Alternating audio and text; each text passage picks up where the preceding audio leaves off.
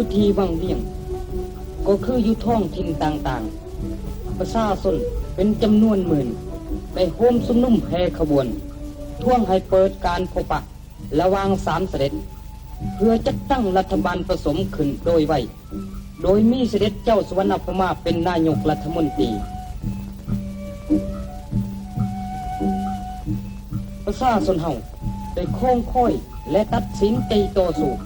เพื่อแก้ไขปัญหาภายในปกปักและปรับปรุงสันติภาพในลาวและอาซีอาคเนย์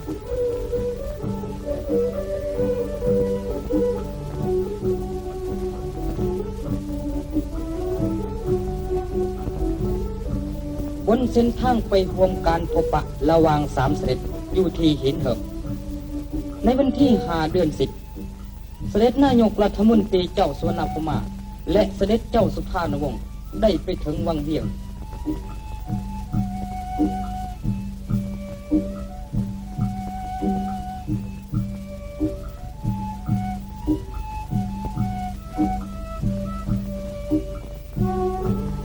เสด็จทั้งสอง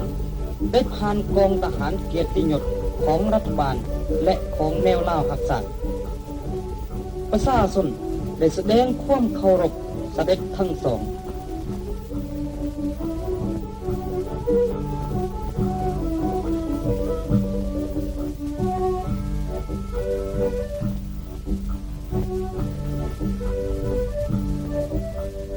เสด็จนายกรัฐมนตรีเจ้าสุวรรณพม่าได้ทรงกล่าวว่าเสด็จพร้อมกับเสด็จเจ้าสุภาณวงศ์ไปพบเสด็จเจ้าบนภูมิอยู่หินเหิบเพื่อปรึกษาจัดตั้งรัฐบาลผสมที่ปฏิบัตินโยบายสันติภาพเป็นกลางอย่างแท้จริงตามความมุ่งมั่นปรารถนาของประชาชนเสด็จเจ้าสุภาณวงศ์ประกาศว่าแนวลาวหักษา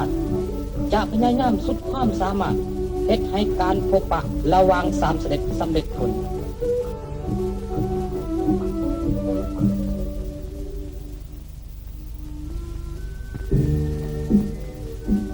ภายหลังการหยุดนิ่งอยู่ลาวเฮากองประชุมเซเนลขยายส่วนได้เปิดขึ้นต่อจากนั้นในเดือน6 ปี1961สามเสด็จได้พบกันอยู่ที่สุริกและออกแถลงการร่วมเห็นดีจัดตั้งรัฐบาลผสมที่เดินตามนโยบายสันติภาพเป็นกลางการพบปะอยู่ที่หินเหิบเทือนี้แม้นเพื่อปรึกษาการปฏิบัติแถลงการสุริกเช้าวันที่6 เดือน 10เสด็จเจ้าสุวรรณพม่าและเสด็จเจ้าสุภาณวงศ์ได้ไปถึงหินเหิบและเสด็จเจ้าบุญภูมิก็ได้มาถึงเส้นเดียวกัน